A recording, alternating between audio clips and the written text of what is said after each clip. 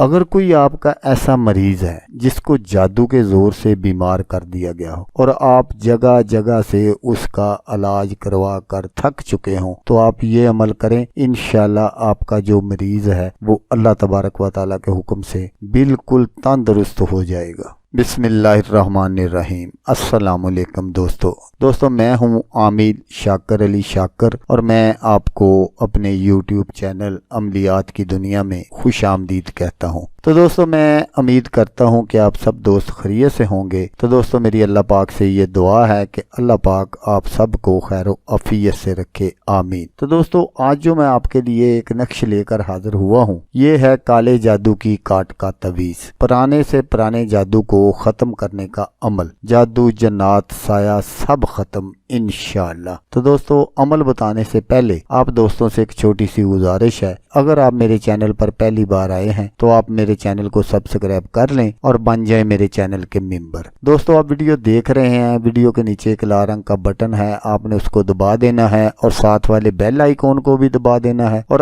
آل پر click کرنا ہے تاکہ میں یوں ہی کوئی ویڈیو اپلوڈ کروں تو اس کا نوٹیفیکیشن آپ کو فوراً مل جائے۔ تو دوستو نقش جو ہے وہ میں ہمیشہ کی طرح آگے چل کر آپ کو سکرین پر دکھاؤں گا، لیکن اس سے پہلے آپ اس کا طریقہ جو ہے وہ سن لیں۔ تو دوستو اگر کوئی آپ کا ایسا مریض ہے جس کو جادو کے زور سے بیمار کر دیا گیا ہو تو اس کے لیے یہ بہت ہی زبردست نقش ہے۔ تو آپ نے کیا کرنا ہے، اس نقش کو آپ کسی بھی دن شروع کر سکتے ہیں، اس میں دن وغیرہ کی کوئی قید اور بندش نہیں ہے۔ تو آپ نے 7 نقش بنانے ہیں، 7 دن کا یہ کام ہے۔ تو آپ نے روزانہ ایک نقش نیا بنانا ہے، صبح فجر کی نماز کے بعد 7 نقش ایک دن نہیں بنانے، ہر روز نیا نقش بنانا ہے اور بنا کر پھر آپ نے آپ کے نزدیک ترین اگر کوئی نہر ہے یا دریا ہے تو اس پر آپ نے چلے جانا ہے، نہر سے 1 بوتل پانی کی بھرنی ہے اور 1 بوتل جو ہے اس میں 6 مختلف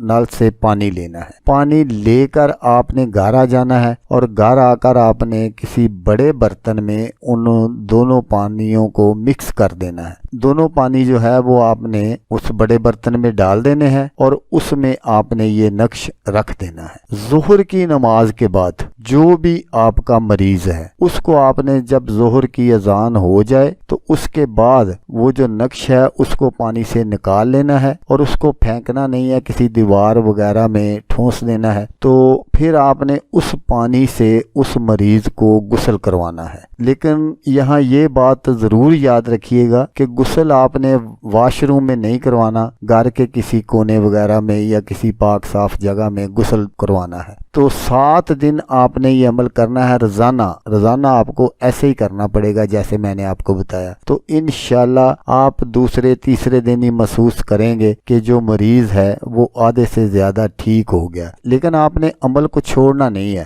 7 دن آپ نے پورے کرنے ہیں، 7 دن کے اندر آپ کا جو مریض ہے وہ انشاءاللہ اللہ تبارک و تعالیٰ کے حکم سے بالکل صحت یاب ہو جائے گا۔ تو دوستو اگر آپ کو ویڈیو اچھی لگے تو آپ نے اس کو لائک اور شیئر ضرور کرنا ہے۔ ہو سکتا ہے آپ کو ضرورت نہ ہو، کسی اور دوست کو ضرورت ہو تو اس کا بھلا ہو جائے گا اور وہ دعائیں دے گا آپ کو بھی اور مجھے بھی۔ تو دوستو جیسا کہ میں آپ کو ہر ویڈیو میں کہتا ہوں، اس بار بھی کہوں گا کہ آپ نے اس ویڈیو کو دیکھا، اس کے لیے آپ کا شکریہ۔ دعاؤں میں یاد رکھیے گا۔ اللہ حافظ، اللہ حافظ۔